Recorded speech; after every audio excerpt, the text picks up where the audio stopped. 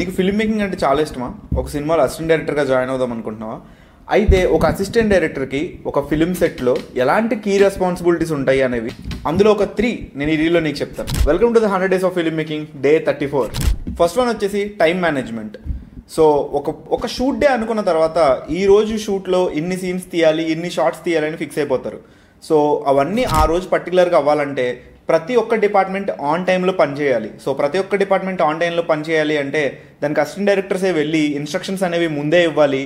ప్రతి ఒక్కరిని ఆన్ టైంకి ఫ్రేమ్లో తీసుకురావాలి, ఫ్రేమ్ బయట పనిచేసేలా చేయాలి.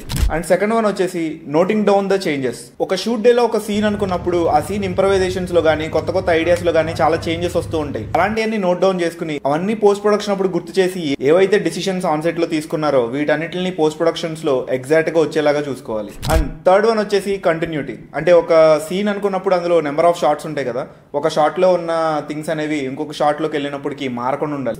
ఒక యాక్టర్ యొక్క కాస్ట్యూమ్స్ కానీ వేసుకునే ఆర్నమెంట్స్ లేదంటే ఒక ఫ్రేమ్లో ఉన్న వస్తువులు ఒక కెమెరాని ఒక యాంగిల్ నుంచి ఇంకొక యాంగిల్కి మార్చినప్పుడు మీ యొక్క థింగ్స్ అనేవి చేంజ్ అవుతుంటాయి. కాబట్టి ఆ మిస్టేక్స్ అన్ని లేకుండా కంటిన్యూటీని పర్ఫెక్ట్గా చూసుకోవాలి.